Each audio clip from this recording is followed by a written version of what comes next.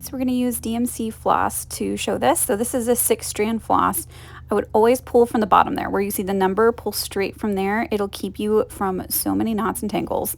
So I pull that. I usually measure to my elbow a couple of times, or I'll go all the way to my shoulder, and then I just clip that off. And I want to show you, so there are 6 strands. So if you use the whole strand, you're actually using 6. I am typically using 2 to 3. So to split that, you're really, it seems annoying, but you're going to have to pull one by one. So I'm going to separate these to show you.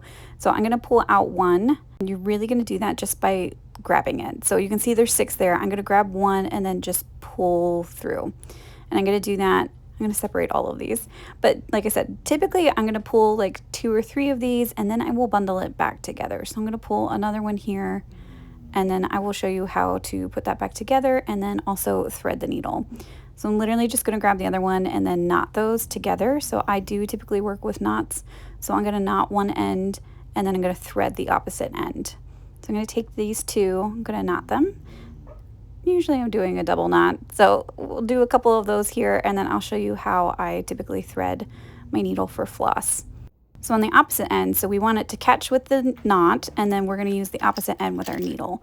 So I'm going to grab my needle here, and I also have a threader to help me out. You can also just push this through, but I'm going to show you how I use a threader. So I'll take this one specifically for floss, put it through the eye of the needle, and then you're going to put the floss through that loop there. So I'm going to push that through. See, that goes right through in the threader, and then I'm going to pull that threader and the thread back through the eye of the needle. And that's it. We're ready to start stitching.